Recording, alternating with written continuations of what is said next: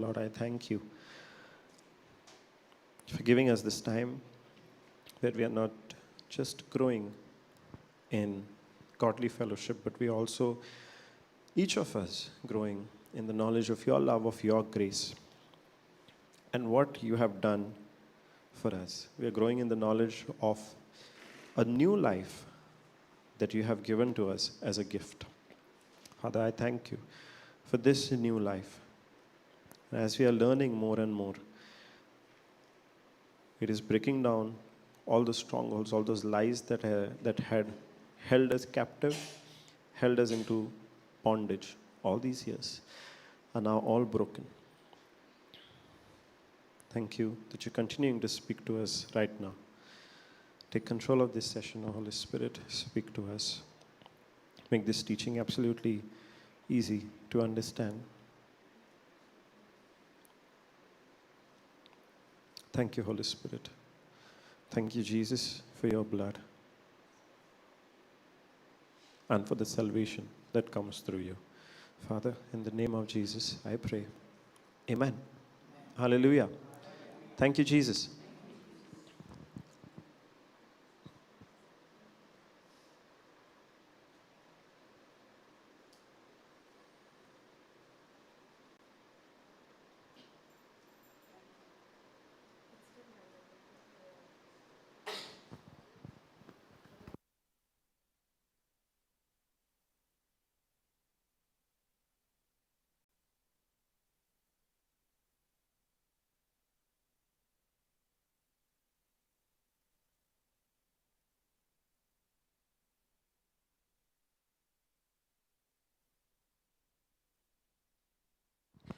Pray in tongues. Let's pray in tongues for 2 minutes.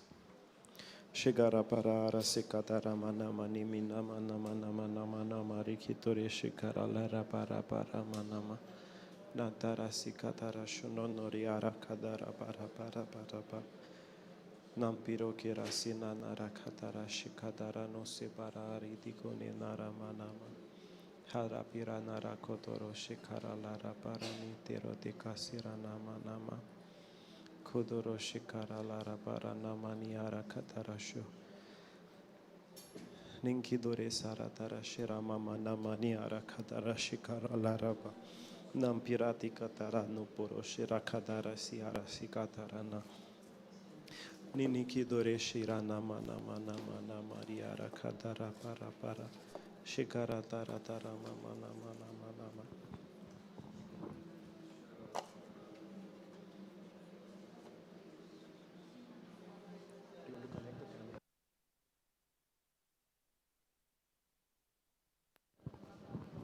Shihala hana kora papara shishele tete tete koranana shishene tete hana kana kala papara kora papara hora mama na shishele tete tete kakala hala hana kana kona papa na kana hana hana susu susu kana hana hana shianko hala hara sidoro koroba korana shiantu ankara shikoro la hara hara mama na ziantu ankara shikoro bahara hala hana hana Ziantu ankara shishele te te te te hara hara miantiantu antuan kan kon chun chun chun chun chun kuramam parasi torororororo sususu horom para pahana hana hana hana kianko anka ka pa pa pa pa ha ha ha shiankan kon pam pam pam pam pa ha ha ha ha kuankan pam pam pa pa ha ha ha ha pa pa pa pa pa ha ha ha Tian tuang kang pam ha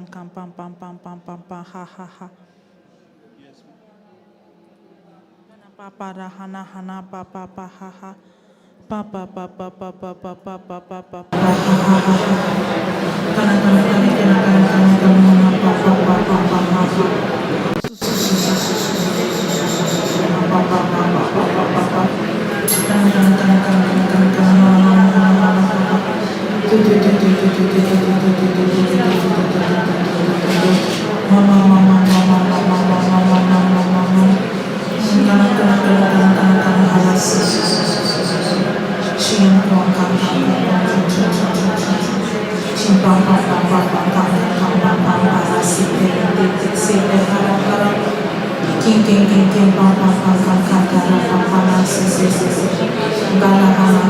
Mama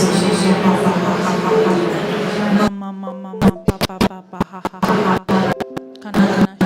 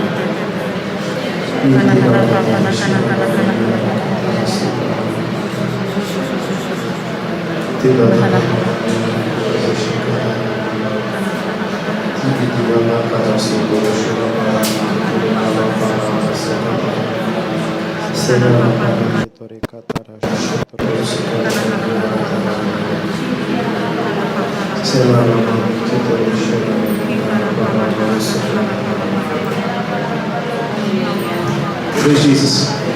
Thank you, Jesus. Okay. So, as I was here listening to the previous teaching, I was reflecting on. We were learning about how when we hear the word again and again, like the wax which forms the layer upon layer upon layer. The same way, the more time we spend in the word, the more time we spend in the word, the more we meditate on the word, the layer upon layer upon layer goes on getting formed. Yes. And I started reflecting on how that happened in my own life.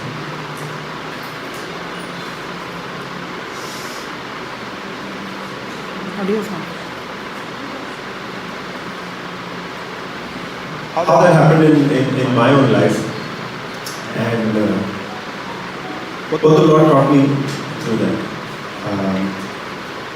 Because some of you, I've shared this before, my testimony of receiving a healing. So now every time this part has not come out, where so in 2014 I was diagnosed with a particular sickness which the doctor had said is incurable.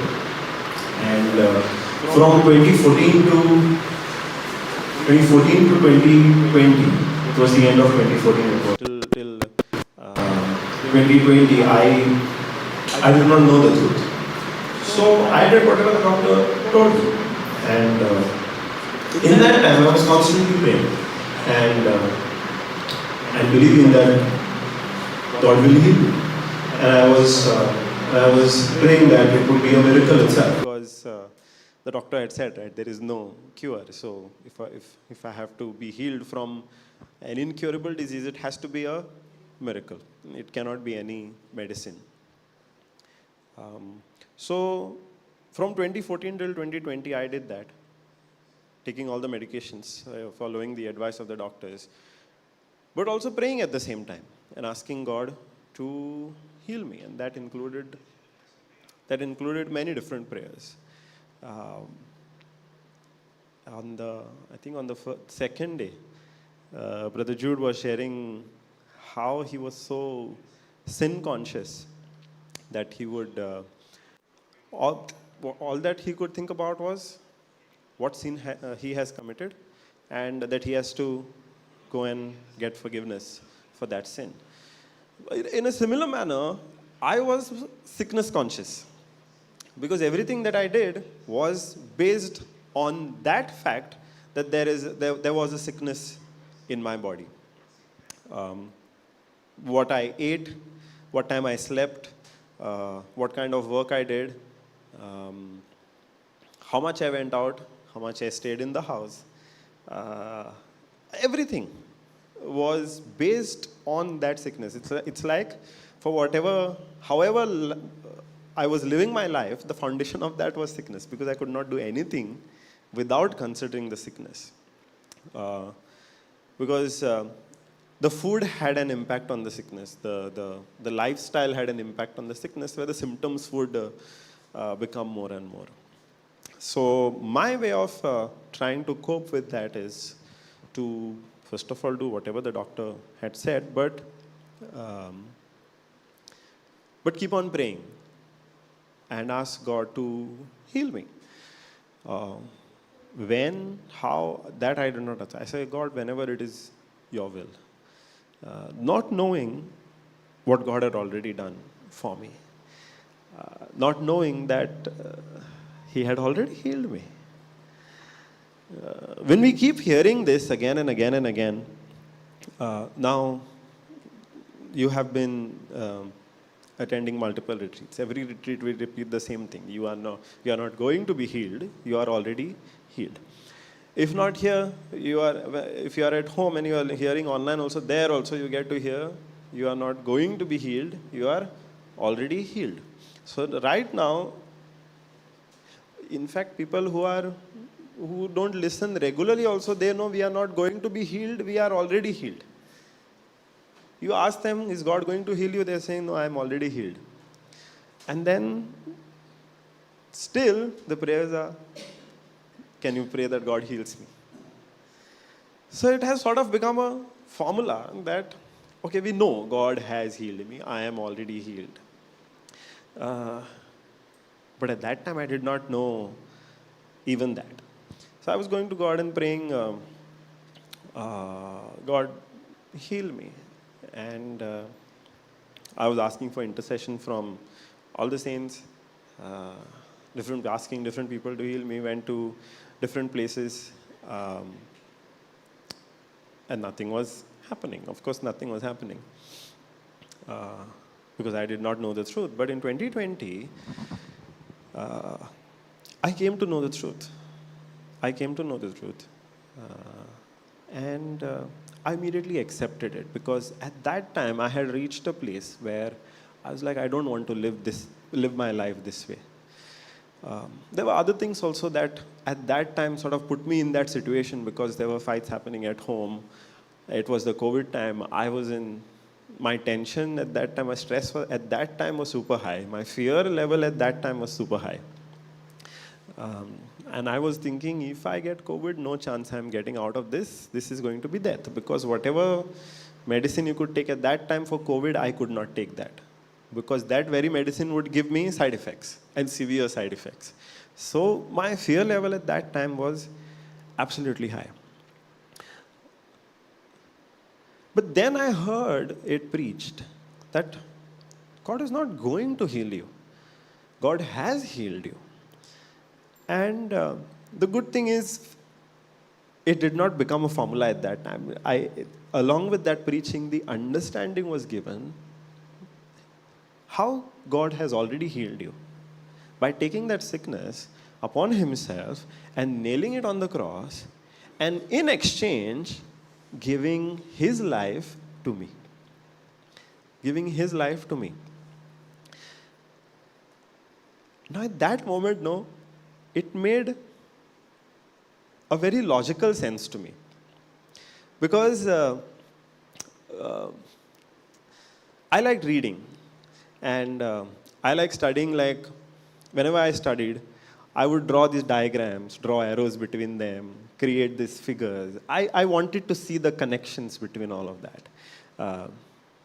Many times, when by-hearting was not working out, I would make out these diagrams, because for my mind, I needed to make those connections to remember. I'm sure some of you are like that. Whenever you learn something, you need to write it down. You need to see it in front of your eyes. You need to circle it and draw an arrow, make connections. Point 1 leading to point 2.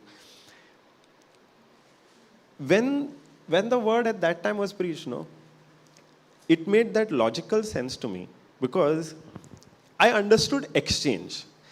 You take something and give something in return. I understood that exchange that happened. And at that time, I held on to it. That Jesus took something from me and gave back something. Correct? He took something from me, something that was there in me.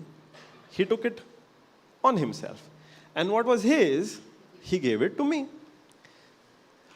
The good thing, it made logical sense to me because earlier, before this, the word did not make any logical sense.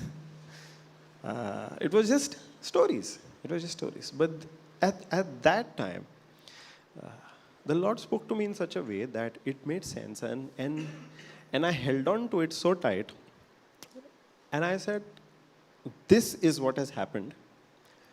So I started confessing. By the wounds of Jesus, I am healed. And I kept confessing and kept confessing and kept confessing and kept confessing and kept confessing.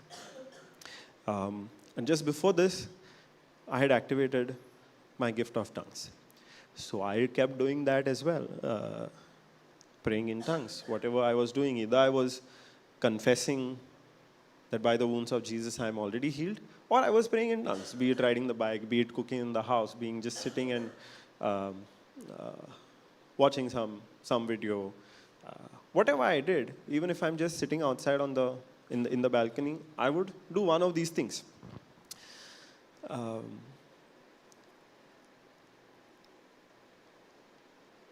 And within 10 days, I saw the manifestation of that healing in my body. Where earlier where symptoms were there, now I'm not seeing those symptoms anymore. Now I'm not seeing those symptoms anymore. But at that time, what I had not understood was that I don't know how to put it. I don't want to put it in. At that time, what I did not understand. Grace is what God has done. Faith is our response to it. All that statement was not there. Now, that no. After some months, we might see that statement also becoming a formula. Praise God. Grace is what God has done. Faith is our, yes. Amen. Praise God. So that time, that statement was not there in my mind. It was not put that way. That grace is what God has done. And faith is my response to it. Now, like Fiona was sharing, and I've also come across it, where the way doctors prescribe medicines, we prescribe confessions. We prescribe scriptures.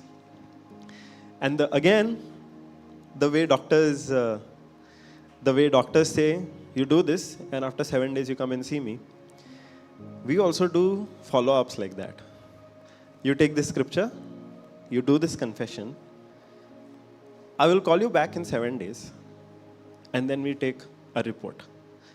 If it has not worked, meaning the other person has not seen the healing or the manifestation of what they are believing for, we say, have you done this? Did you confess? Did you pray in tongues? Did you watch the teaching that I sent you? And if they say, no, I've not done this, we say, that is why you have not received your healing.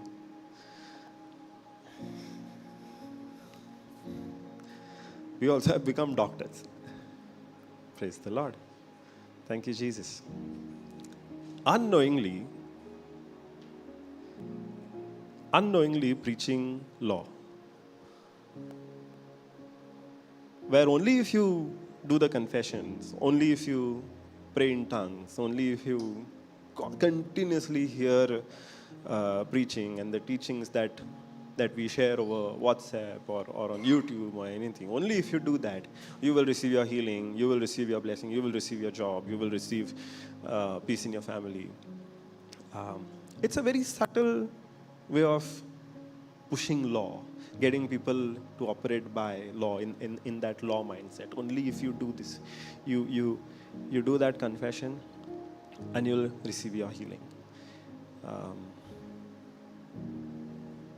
And that's what people have caught on to. Where they are saying, why do you have to do the confession? So that I receive my healing. Why do we pray in tongues? So that we receive the manifestation of what we are praying for. Very subtly, we have gotten into that law mindset.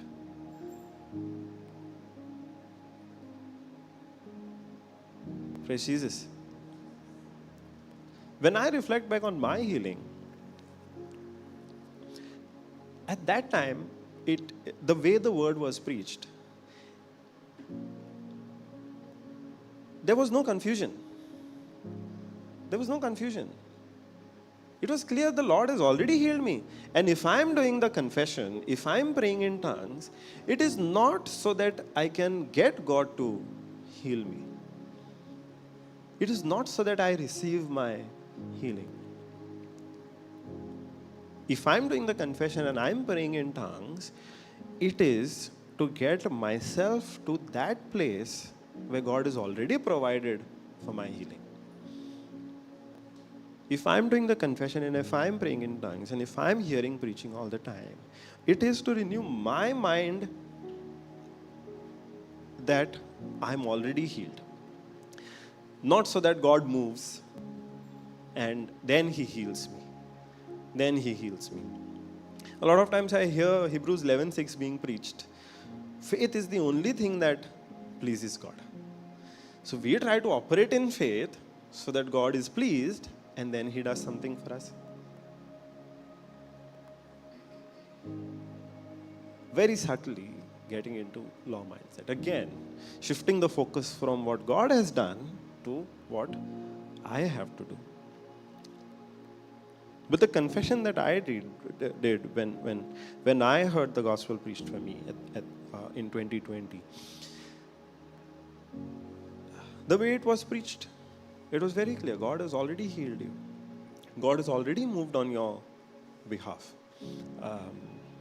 Now He's not going to see what you're doing, see whether you have lived a good life, see whether you have done all the correct things, the good things, and then reward you with that healing. It wasn't preached that way. So my confession ended up renewing my own mind, because what I was doing earlier, my mind was focused on what? Only that sickness. All I could think about was that sickness. Everything that I did was based on that sickness. My mind was entirely on that sickness. Now we were learning about spirit, soul, body. Where's the mind in the soul? Now the soul, which is our mind, has to agree with the reality of our spirit, with the newness of our spirit. Earlier, my mind did not know anything about the spirit. Just like everybody else, I also was thinking soul, spirit, same thing. I did not know the difference. So my mind was entirely occupied with what was happening in my life. The sickness that I was going through, the symptoms that I was seeing, what I could not do or what I could do, what report I got every time I went to the doctor. It was entirely focused on that. Now I had to come out of that. My mind had to be renewed to the knowledge of what God has done in my life. And I thank God that the gospel, from whom I heard the gospel at that time, it was preached in the right manner, where faith was not preached in a way where it subtly put us into the law mindset, where it was not preached where I have to do the confession so that I receive my healing. Rather, it was taught that I have to do the confession so that my mind has to be renewed in the first place. I have to do the confession so that I get to the place where God has already provided for my healing. Because it is not about getting God to do something for us. God has already taken care of everything. And it's not just in the New Testament. It's not just in the New Testament. Even in the Old Testament, it's the same God. It's the same nature of God that we see in the Old Testament.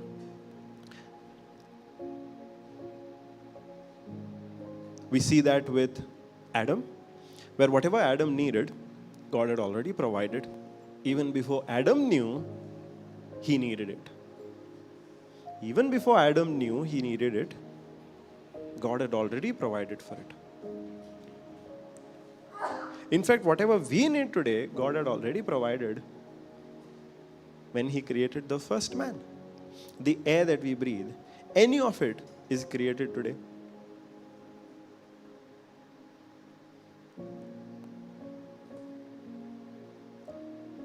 The different species of trees that we see today, the different species of animals and birds that we see today.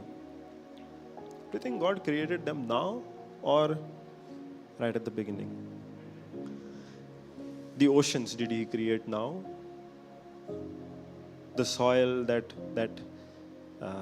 we use, all of these minerals, the things that we use for even the modern technology, even the most advanced technology, which probably is used to build rockets to take us to outer space.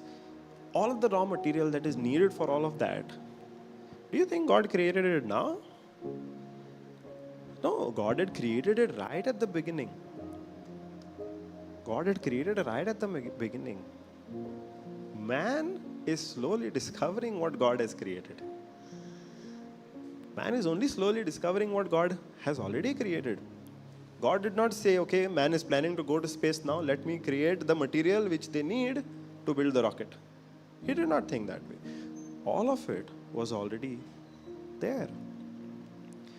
The food that we eat to sustain, I think now we are 8 billion people on the earth. You think God did not anticipate that? That one day the earth is gonna be home to 8 billion people. Currently one, no, I will only plant one tree, create only one river. At that time itself, God had created enough to sustain not just 8 billion people, but more than that also. Hallelujah. Praise Jesus. That's our God. So we see that with Adam.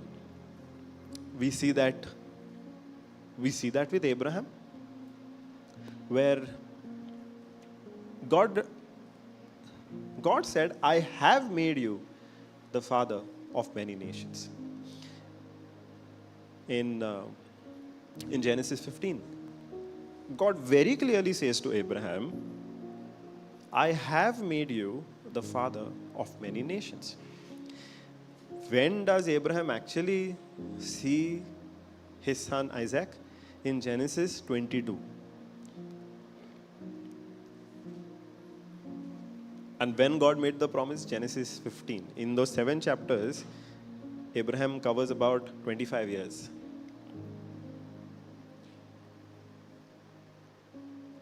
So even when Abraham received the promise, God had already done His part.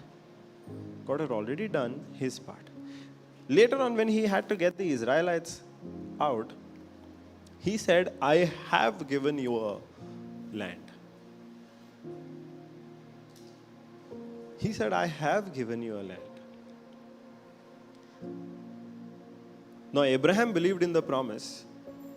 Israelites refused to believe. Israelites said, we see this in Numbers 13, where they know God has given them the land which He had promised. But they say, no. In that land we saw there are giants. We can't fight those giants, so we are not going in. We are not going in. And then God says, okay. He of course does not like it, because He has already provided the land, and here man is saying, no, we can't go it because we are scared of the giants which are there inside. Whatever God promises, when He gives that promise, from His side, it is done. From His side, it is done. Because when we reflect on the promise of God, we always take it as it is done. Because from His side, it is done. It is done. But we do need to receive it by faith. We don't need to work for it. We don't need to earn it. It is available to us and we receive it by faith. What He has done is His grace. It is a faith that accesses that grace. It is a faith that accesses that grace. Hallelujah. Now all of His goodness which He has already blessed us with, whatever He promised to us, every single thing of His which He promised to us is given to us in the form of that promise. And that promise is already fulfilled. Now all of that goodness God has already given to us.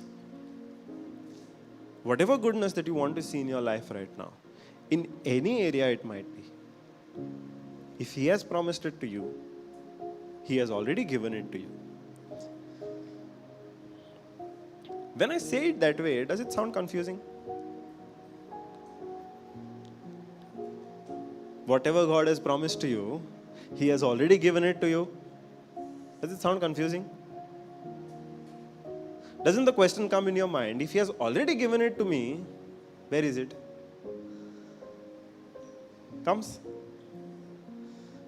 Question comes? If He has already, that's something that we keep hearing, right? God is not going to heal you, God has already healed you. God is not going to bless you, God has already blessed you. Correct? We keep hearing that. Never the question has come in your mind, if He has already blessed me, already healed me, where is it?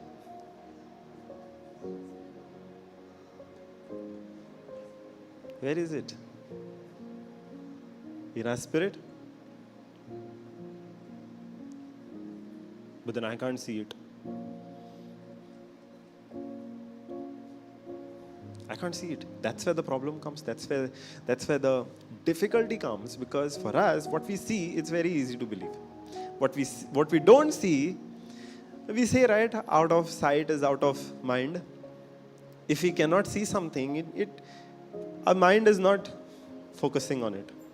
Only if we see something, then the mind can concentrate on it.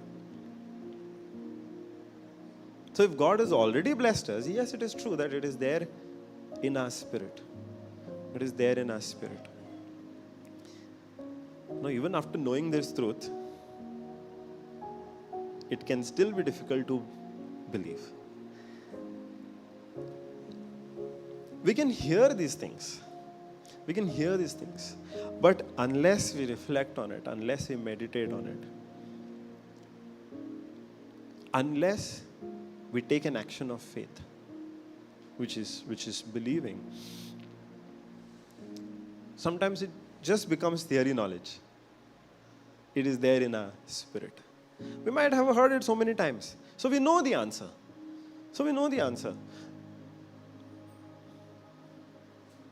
But it does not become real. Now if you go and speak to somebody, once you start ministering, because when you learn the word, you will want to share that word with other people who need that word, who will come to you to say, I need healing, and you will preach the word to them. And when you tell them that God has already healed you, God has already blessed you, God has already prospered you, they also might be hearing it, but after some time they might come and say, I have been confessing by the wounds of Jesus, I am already healed. Why am I still not healed? You have preached to them, you have ministered to them again and again and again, but it has still not become real. And it needs to become real in every area of your life. Because recently it happened with me where I know God has already healed me. How has He healed me? Where is the healing? In my spirit. Now when it came to healing, when it came to health, I was very confident. I do not accept this sickness in my body because my God has already healed me. I live a perfectly healthy life. And in my mind, the picture was that healing is there in my spirit. And it is mine. This sickness has no power over me. I was very confident in that. But in another area of my life, I am questioning God. God, if you have already provided for me, why am I not seeing it? Here, in terms of healing, I'm very confident. But in another area of my life, I'm still questioning God. Saying, God, if you have already blessed me, why am I not seeing it?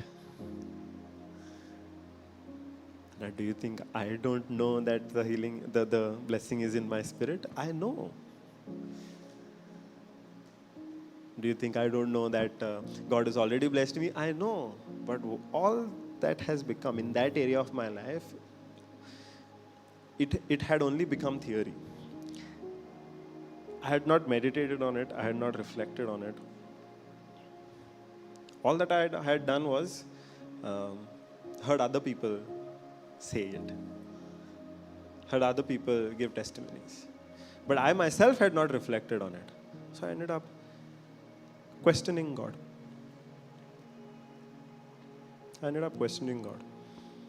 And I had to revisit this same teaching about spirit, soul, and body. Spirit, soul, and body. You know why I'm sharing this is because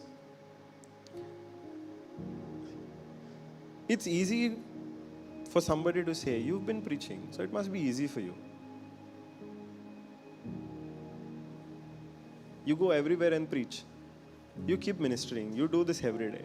It's easy for you. No, the pressure comes here as well. But that's not to say we don't learn, right? We have always maintained we are not experts. We don't know 100%. Just because we are standing here does not mean we know 100%. Correct? But together we are learning, helping each other grow in those same areas where all of us are struggling, those different areas in which we are struggling. Helping each other remember the truths that we have heard before. Helping each other make those corrections. And when the Lord took me back to this teaching about spirit, soul, body, at that time he helped me understand it in a very simple way. And he gave me a very good, he gave me an example at that time which helped me a lot. He asked me, do you have a bank account? He asked me, do you all have a bank account? Yes. How do you know you have a bank account?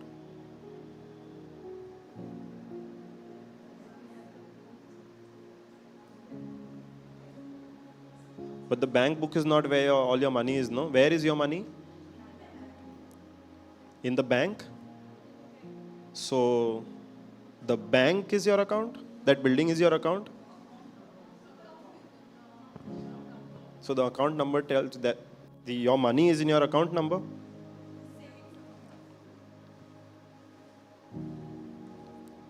So, where is your savings account? So, that building is your account? That building, the bank is that building, right? So that building is your account. Then?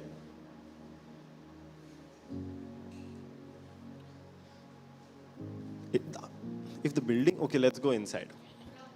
Inside, branch, building, same thing, no? So let's go inside the bank. That desk which is there where people work, that is where your money is. In the drawer? Not in the drawers? Where then? Manager's cabin? So the safe is your account?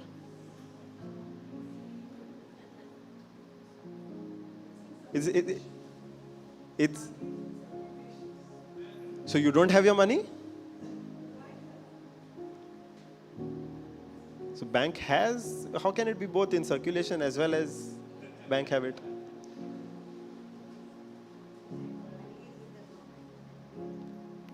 She's saying money is not with the bank, it's the money is with the government, it seems.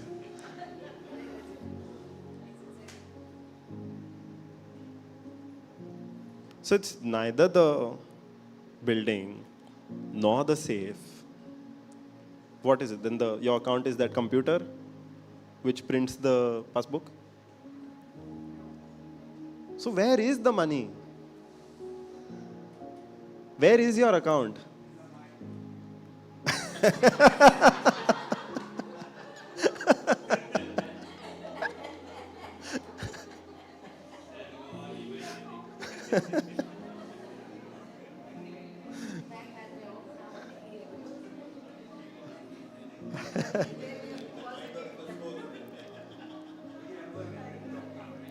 Praise Jesus.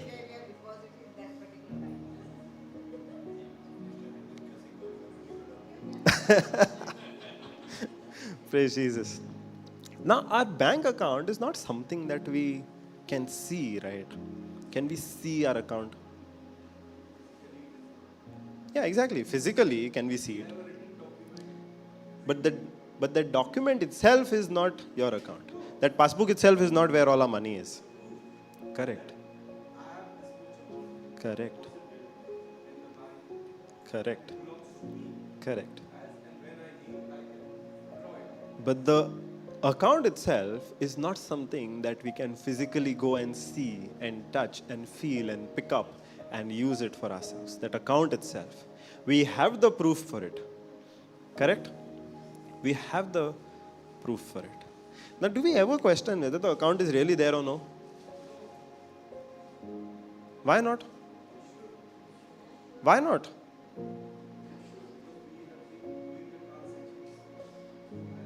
We have been doing the transactions our whole life since we started savings and we opened that bank account. Praise Jesus. So we never question whether that money is really there or no. Nobody questioned. Brother, you kept your money in your mind, so I'm not asking you.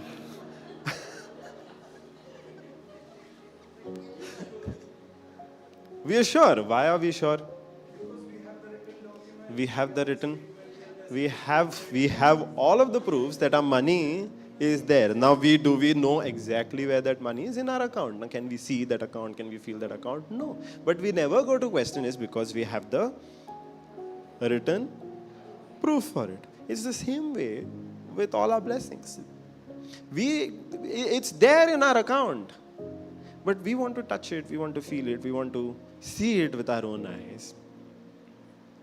If we don't do that, we question it whether it's really there or no. We are more trusting with money than we are with our blessings. Praise Jesus. It's the same way. We might not see our bank account. We might see the safe, but that's not our account. That's the place where it is kept. We might see the passbook. That's the proof that that account exists. We might see the bank, the building. That's the place where we'll go and access that money. But we never question whether that money is really there or no, because we have all of the documents which guarantee us that that money is there. The same is with our blessings. They are there in our account. That is our spirit. We might not see it. We might not feel it. We might not be able to touch it. But it's 100% there. And we have written documentation to prove that those blessings are there. Hallelujah. Praise Jesus. Now, how do we access those? How do we access that money?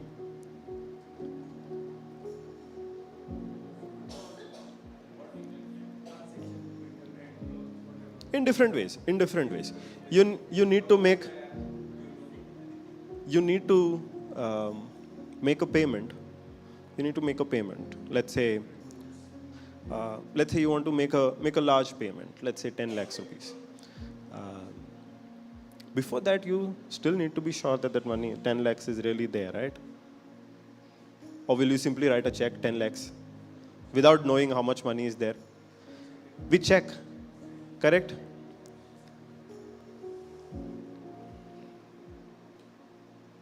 The same way, we also need to have that knowledge of what is really there in our account. If we try to access something which is not there in our account, we are not going to get it.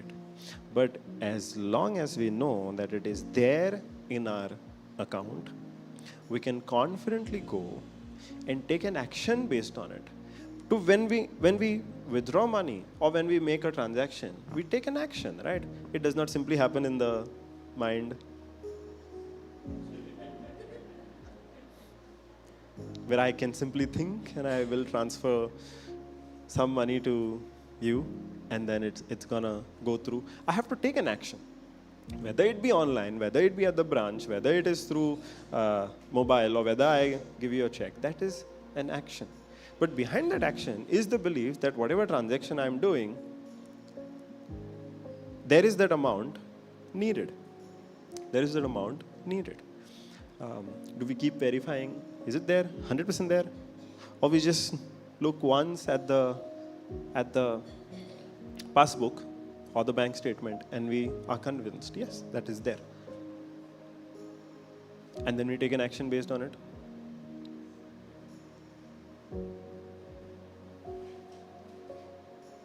It's the same with a spiritual account also. Just thinking about it is not believing. Believing is being active with it, taking an action based on that knowledge that we have of what is there in our spirit, in that account. Believing is that step that we take, knowing with the knowledge, having the knowledge of what is there in the account. Hallelujah. Thank you, Jesus. Now, God from His side has deposited everything of His into our spirit. Deposit is done. Written documentation also is given to us, guaranteeing us that it is there in our account. Guaranteeing that it is there in our account. We take an action based on that because we need to access that. What He has done is His grace. But we do need to access that which He has deposited in our account, in our spirit. Our faith is the way to access His grace. When we believe and take an action with the foundation that God has already done, not that He is going to do, but the foundation that God has already done, that's faith. If that is not the foundation, we might do all sorts of things, but that is not going to be our faith. We might call it faith. But it's not going to be faith the way the Bible talks about faith. If the foundation is not, God has already done it, if that is not the foundation, then we might do how much ever we want, or different kinds of actions we might take. But the foundation is not, God has already moved for me, God has already done it for me. It's not going to be faith the way the Bible describes faith. Because the Bible constantly describes faith as you taking an action based on what God has already done for you. Based on what God has already done for you. Hallelujah. Thank you, Jesus. When Abraham took the action of going out to sacrifice his son, that was his faith. That was his faith. He did not take his son and get out of the house to sacrifice him because he thought, I have to, God has asked me, so I have to do this.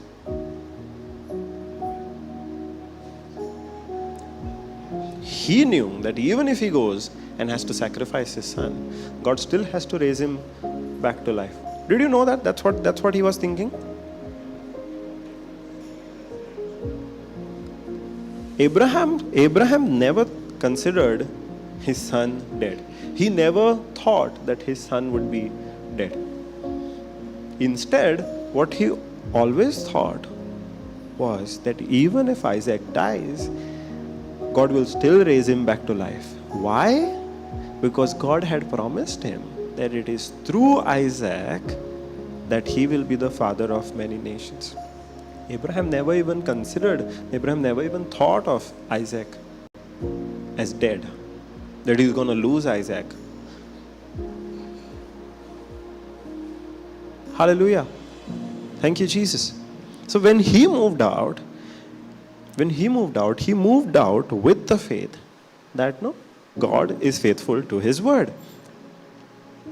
So Isaac will live. Isaac is not going to die. Even if I sacrifice him, God is going to raise him back to life, because otherwise God's promise cannot be fulfilled. He was only focused on what God had promised, what God had done for him. That's what Abraham was focused on. Hallelujah. Praise Jesus. Thank you, Jesus. Bible faith is that. Bible faith is that. Bible faith is not doing confessions with the thinking that the more I confess, the more I'm going to see the benefit. Somebody might be doing the confessions every day, but the reason for those confessions might be because I'm doing every day, I'm going to see these blessings. If I stop, I'm not going to see the blessings. I'm not going to see what I'm confessing. If that is the reason somebody is doing confessions, they are not operating by faith. They're not operating by faith. Hallelujah. If God had to move that way, that when we do confessions, basis how many confessions we do, basis how long we do confessions, then we are going to get the blessing. What about somebody who cannot speak? Correct? What about somebody who cannot speak? That person cannot do any confessions. What about that? He's not going to get anything from God?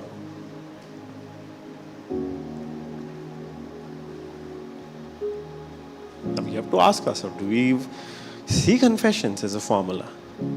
Are we doing confessions with the base that the more I do, the more God is going to bless me? Or am I doing confessions so that I get myself to that place of believing that God has already blessed me? That God has already blessed me.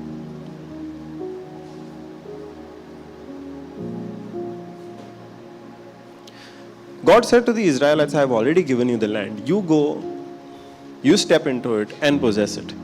And their response was, no, there are giants in that land. We can't fight the giants. We'll stay outside. Was God able to help them over there? If they themselves are not taking that action of, if they themselves are not believing that God has already provided them the land.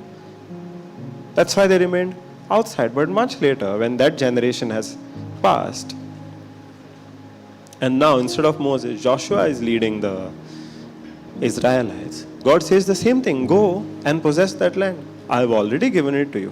And Joshua and the people, they do that. They go to the land and they do exactly what God told them to do. And they receive the land which God had already given them.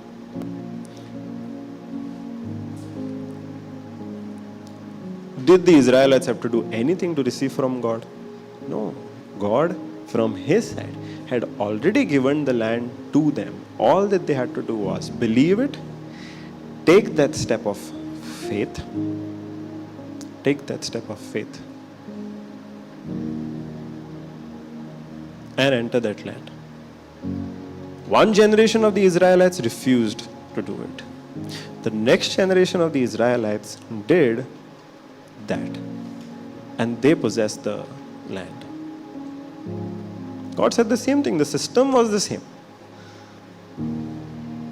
With the first generation also, God said, I've already given it to you. You go, step inside, take possession.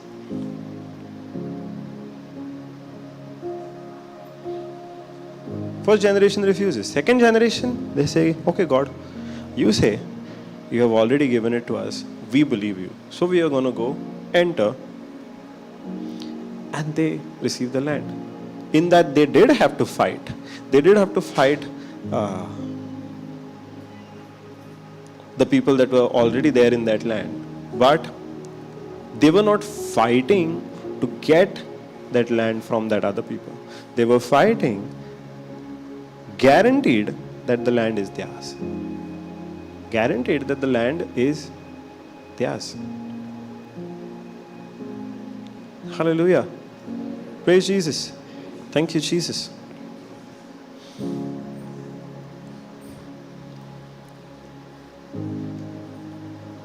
We very easily get into this formula mindset. Very easily we get into this formula mindset. This is how we do it.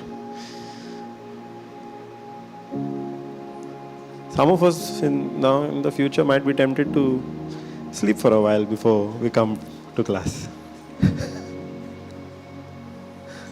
Because that's how easily we can get into a formula. We hear something and we see that's the way to do it. Not realizing that it's not a formula. The relationship with God is not a formula. Now, I did not know this from the beginning. I also had to learn it. Because when to sleep? No, that I can do very easily. Praise Jesus. What I had to learn was the relationship with God was not a formula.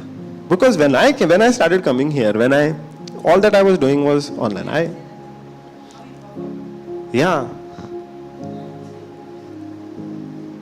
Praise Jesus. For a long time, for I think 3 years, I was only hearing online. I did not attend any retreat which happened in different places, in Dawn or in Mangalore. I did not attend those. All that I was doing was hearing the teachings online. But then one day, I came here. That also I did not want to come. Not forced me. I was thinking, okay, I was not giving it a priority, but my wife wanted to come. And I think that a 15 days retreat was happening. We came on, I think, the third last day. And she wanted to come earlier, but I kept procrastinating, saying, no, I have work. Let's not go today. I can't take leave and come and all of that. And in the last few days, she said, let's go. Let's go. And we did come. And we came and said, the way we came here was, somebody said, go there and retreat is going on. Go and share your testimony over there. So with that intention, we came for the very first time. Both of us. We came with the intention that both of us will share our testimony.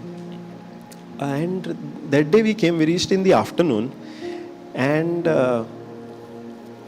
was it the very first session which was worship, anointing? Yeah, no? Yeah. So in the afternoon only, a worship session was going on. And that is my first experience, right, in attending a physical retreat, especially of JCILM.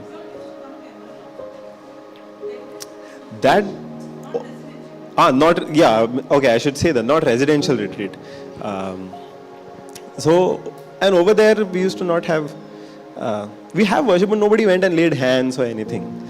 So that experience is very different, right? You see that and it's very different. So I come here and the very first session is that. Now I'm seeing all the team members who I've seen previously. I've not spoken to them. I don't even know names of half of them, and they don't know us. I come, I'm seeing all of them, and I have not seen them preach before. Okay, I don't know whether they are preaching in their personal capacity. At least on the channel, I have not seen them preach. So I'm thinking maybe they're just team members. But I was part of the helpline. So I was ministering people. Okay? I was ministering people. I come over there and I see that anointing session. And these team members who I don't know whether they are preaching, how much of what they know, how long they've been listening, I don't know any of that. They are going and laying hands on people and they're whispering something in people's ears, and I'm seeing people falling. And now I'm itching, I also want to do. Because in my mind, if they can do it, even I can, right? I don't know whether they are preaching or no, but I have been preaching. I have been ministering to people. If they can do, I also can do. But I don't know how to. So I try to observe everybody. What they are doing, how they are going, what they are saying.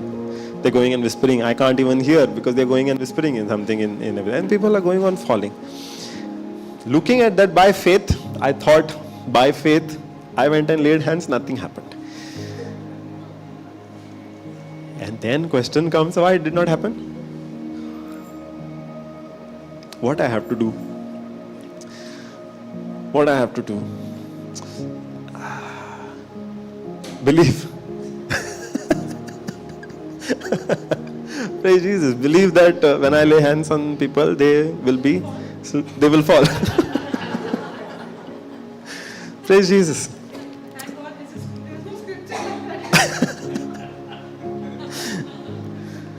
Yeah, so that's what I'm thinking now.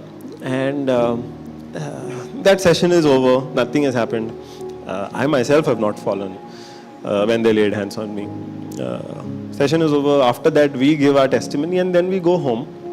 But now we have experienced that kind of a session, that retreat.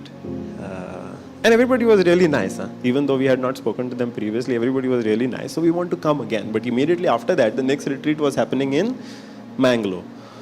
So we go there. After that retreat, again another retreat was happening here, right in this place. Mangalore Youth Retreat, yes. After we come back, again a discipleship retreat was there over here. So we come for that. And we spent the whole 15 days over there. And over there we are learning all new things. Now what happened over there is, because I have come and given my testimony before, for that next retreat, they are like, go take sessions. Go take sessions. And every day, what is running in my mind is, which topic should I preach on today? I knew a few topics only. So I go and go through all of the notes that I have taken. No, slides I didn't make, but I had like proper structured note in my which scripture. First, which scripture am I taking? Second, which scripture am I taking? Under each scripture, what am I gonna speak? Those points, one after the other. For each point, which example am I gonna give? No. So it started that way. In the beginning, I knew a few topics, right? Well enough to preach. So a few sessions were okay. Then I started struggling. Then I started really struggling. If questions came up, I did not know how to answer. If I have to speak anything beyond what I've studied, I did not know what to speak. And a sister then saw that. And she noticed that. And I thank God that she corrected me at that time, because I was getting into relying on my ability. Because I was used to creating slides. Because I used to take training sessions. So in those training sessions, I knew a way to prepare, right? I knew which slide I have to talk which points, which examples, which activity. All of that I knew to plan. Now over here, if I come and did that, I am relying on my ability and not yielding to the Holy Spirit. And not yielding to the Holy Spirit. What is more important over here? My ability and how well a session I take, or what the Holy Spirit wants? If I am coming and giving the session that I want, I might see certain result. I might see people clapping for me. But is that what God really wanted? That is something that I had to ask. And I had to learn it. I had to come out of that mindset where I was like, no, I have to prepare. I have to have those points. Now, that does not mean I don't prepare. That does not mean I don't study. And then suddenly I come and stand in front of you and say, believing that Holy Spirit will teach me in that moment and then He will speak through me. If I don't study, what will the Holy Spirit speak? I have to study. I'm not saying we don't have to study. We have to study, but that study should not be so that tomorrow I can go and preach. That study has to be so that I can grow my relationship with my God. That study has to be so that I know who my God is, what is my God's nature, what He has done for me, how much He loves me. How do I learn to rely on Him? How do I learn to rely on Him? That is something that I had to learn.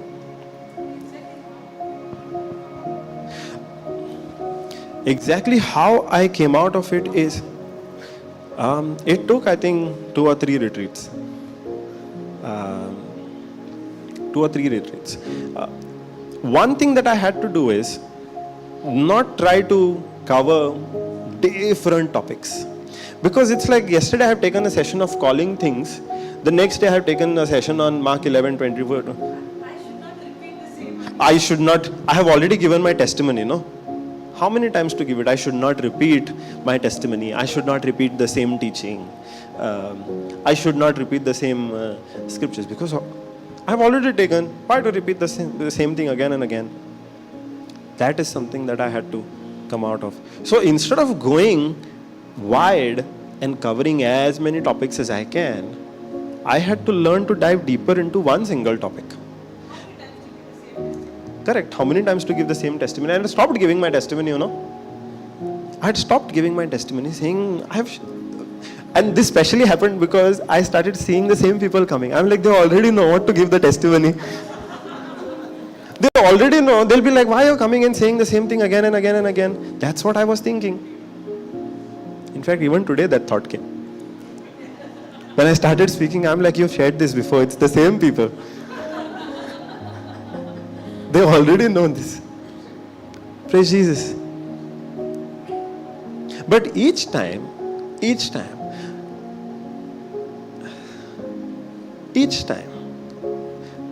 somebody would come and say, this testimony that you shared today, that's the very thing that I wanted to hear. And they would come and ask a certain question. Then I would get an opportunity to go and speak to that same person in more detail. Now, if I had not shared my testimony, what would have happened? I would have gone by my own intellect and not spoken what the Holy Spirit wanted me to speak, not spoken what God wanted me to speak.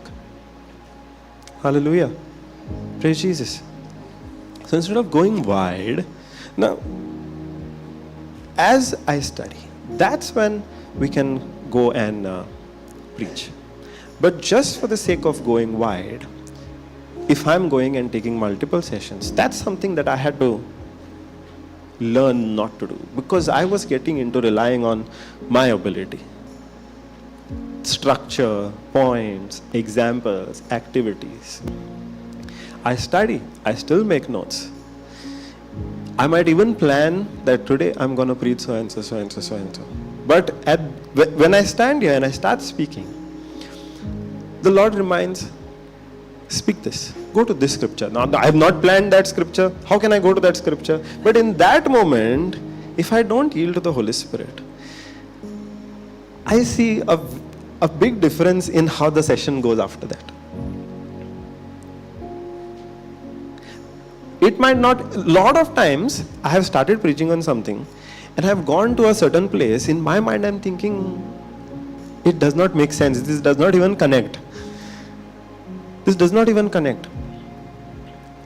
And at the end of the session, I'm seeing people have been touched with that session. Now, I cannot do that with my own ability. If I had to rely on my own ability, no, I cannot convince you the way the Holy Spirit can convince you.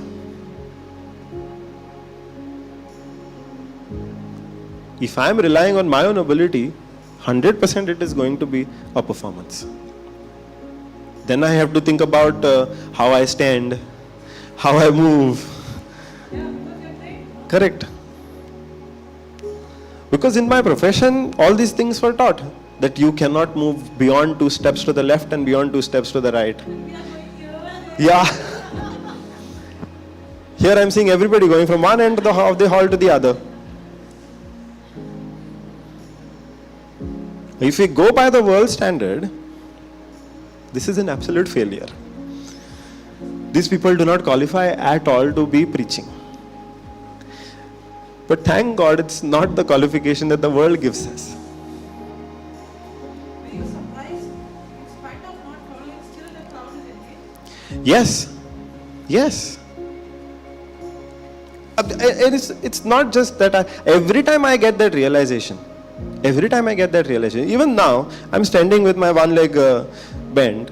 I'm like, is this the way to, my mind is telling me, is this the way to stand? But what is more important than how I stand is the message that the Lord is giving us. Does not matter how I dress. That does not mean I dressed indecently, okay? What's most important is the gospel. Not our ability, not our performance, not our actions. Praise Jesus. Thank you, Jesus. So when I was seeing all these team members laying hands and falling, I started questioning God. How do I get that anointing? That time I had learned the word anointing. So how do I get that anointing? What do I have to do? I used to ask her. I see them laying hands. Why is it that when we lay hands now, nobody falls? When she fell, I would ask her, how come you fell? When I saw her crying under the anointing, I was like, why are you crying? Why were you crying? What were you thinking? Trying to make sense of it with my intellect. Because none of it was making sense to me at that time. But in the beginning, why I said reflection is important is because if I had left it at that and not learned deeper, not spent that time, not been consistent with it, I would have given up. Because I'm not understanding. No, if I'm not understanding, how do I even continue? The thought was even coming to my mind, what qualifies you to go and preach? What qualifies you to go and teach? You know everything. If you don't know everything, how can you go and teach others? Thank God I learned it's not my ability. It's the Holy Spirit moving. Now, if there is a change in your life, it's not because I have spoken those words. It's because the Holy Spirit has moved in your life. He has spoken to you. You have accepted not me, but the Holy Spirit. You have accepted not me, but the words of God. Praise Jesus. Thank you, Jesus. And I love this, where nobody's asking which preacher is taking next. Earlier it was. Earlier everybody wanted to know when Sister Jocelyn is taking. Really? Now nobody's asking because I know that you all are coming not for Sister Jocelyn, not for me, not for anybody else, but for the word. And that's how it should be. The focus is not on us, the focus is on the word. That's how it should be. Praise Jesus. Thank you, Jesus. How many of you came here because you knew Sister Jocelyn was preaching for this retreat?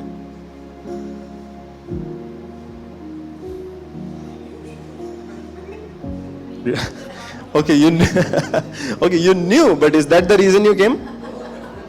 Praise Jesus. Because when we rolled out the poster, there was no picture of anybody. Much later, it came, but much later. Praise Jesus.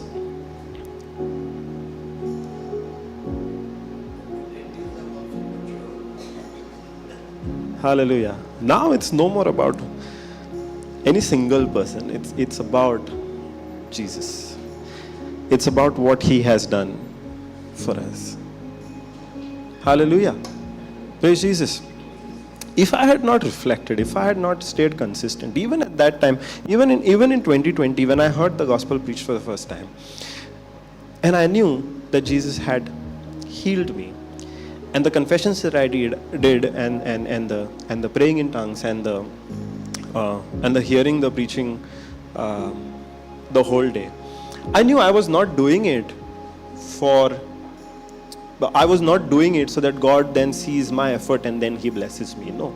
I knew that I had to get to the place of believing, where right now I'm 100% sure that this sickness does not exist in my body because it is nailed on the cross. I had to come out of that thinking where my mind was consumed with the sickness to a place where I'm believing that sickness is nailed on the cross. It does not exist in my body anymore. I continued confession. I continued hearing the teaching. I continued praying in tongues. And that helped me that when the sickness seemed to return, it appeared to return, because after 6 months, suddenly out of the blue, I see the same symptoms. I have given my testimony, okay? I have experienced, I have seen the manifestation of my healing in my body. I have gone out and given the testimony also. But after 6 months, I'm seeing the same symptoms again. And that time the thought comes, looks like you're not healed. Looks like you're not healed. Now, if I had not continued doing the confession, if I had not continued hearing the word, I probably would have believed that lie, that I am not healed, that the sickness has come back. But because I had spent that time learning the word, studying the word, learning more about healing, at that time I could rebuke that symptom, and I could reject that symptom and continue believing that I am healed. I'm not going to accept this lie. I still had to, at that time also, stand firm. And for that reflection, that meditation, that continuity, that consistency helped me do that. Now, I did not say consistent, thinking that if I don't stay consistent, then the sickness is going to come back. I stayed consistent because I had that hunger to study the word. I stayed consistent because I had the hunger to learn. And when the sickness appeared to still come back, at that time I could reject it. At that time I could still stand in faith and access the grace that was available for me. Hallelujah. Thank you, Jesus. Praise you, Jesus.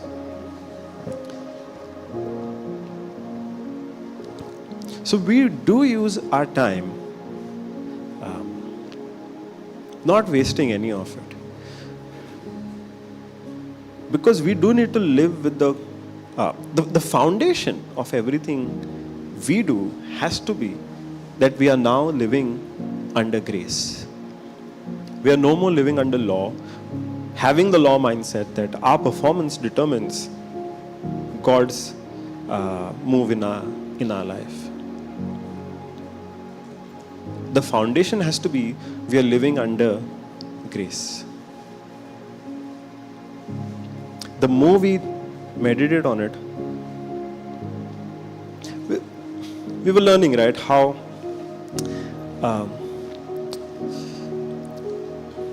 a layer of wax upon wax upon wax, it forms a strong. There are so many other examples. You take a cling wrap.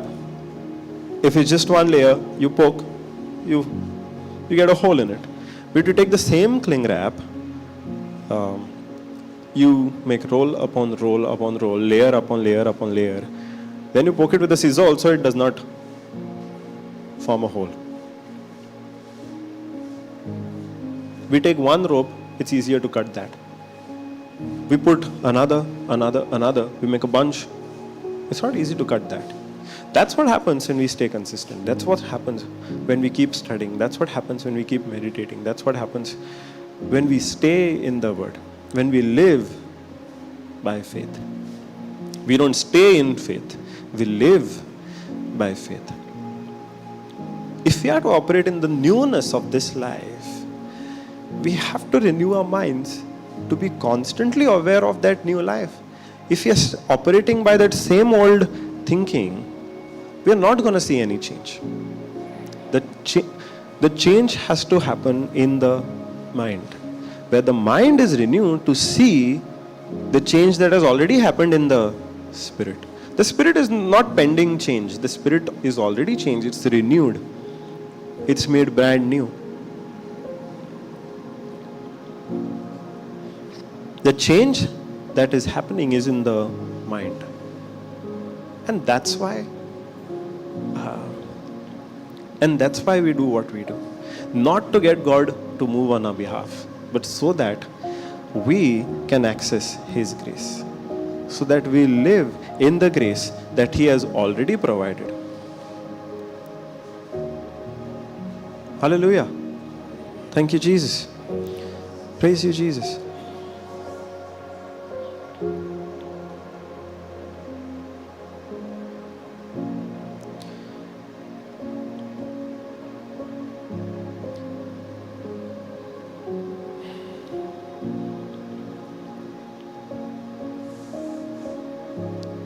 The next time when we ask, okay, I'm going through this problem, what is the scripture for it? What is going to be the reason for it? I'm not asking for answers. I'm just asking so that we can reflect on that. Because that's a very common thing that we do. We see a problem in our life and we want to know which scripture applies to this situation. Which scripture we can confess.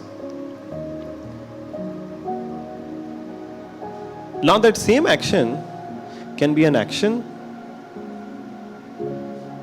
with the mindset of law, or the same action can be an action of faith.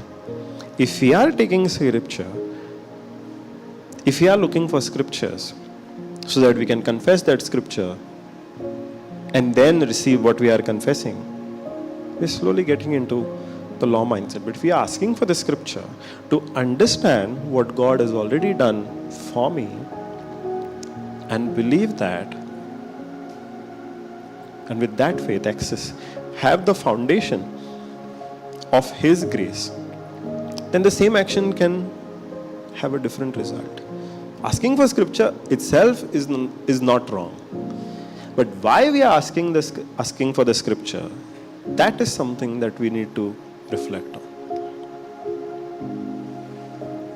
Because otherwise the scripture becomes, if you are not having the foundation of grace, then we might ask for that scripture. Not 1, not 10 scriptures, but that scripture will treat that scripture like a coupon card.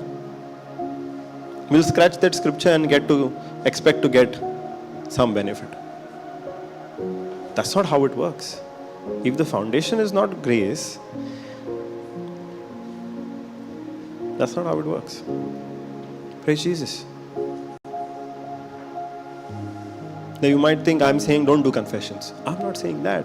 We can do confessions with the understanding that God has already provided everything to us, what we are believing for, by His grace. The foundation for that confession can be grace, or the foundation for that same confession can be our works. We need to ask ourselves what the foundation is. Even if you are praying in tongues, it's the same.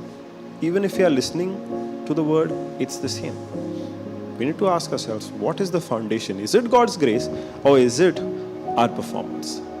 That we perform and then God gives us something. Hallelujah. Praise Jesus. Thank you, Jesus.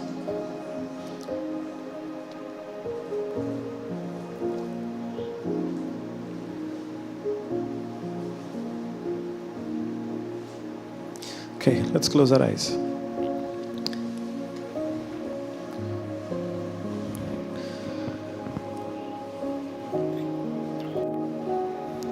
Father, I thank you that you have taken the burden off our shoulders.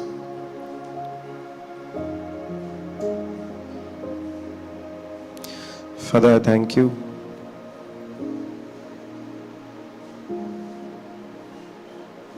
for your grace. Thank you that you have done everything for us. Thank you that the salvation that we live in today, you have provided it without our performance. You have provided it because you love us and you wanted us with you. Thank you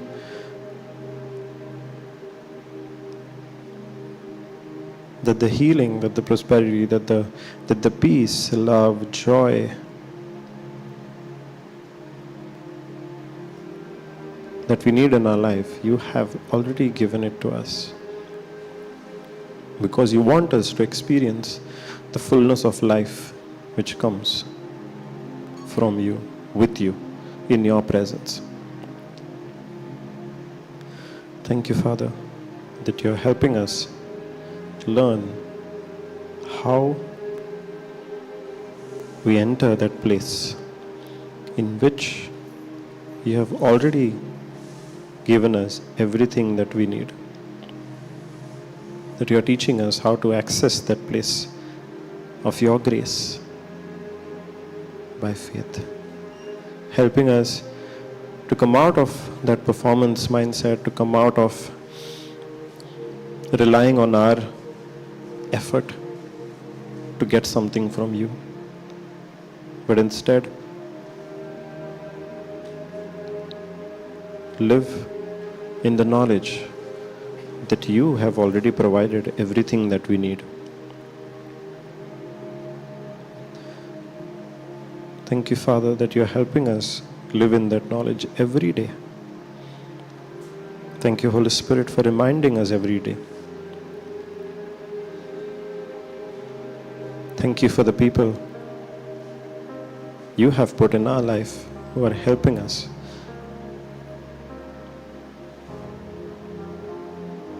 Thank you for the godly fellowship. Thank you for the fellowship of people that share the same faith.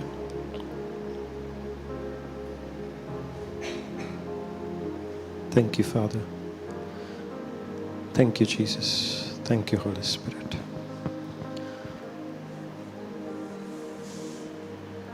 Hallelujah. Praise Jesus.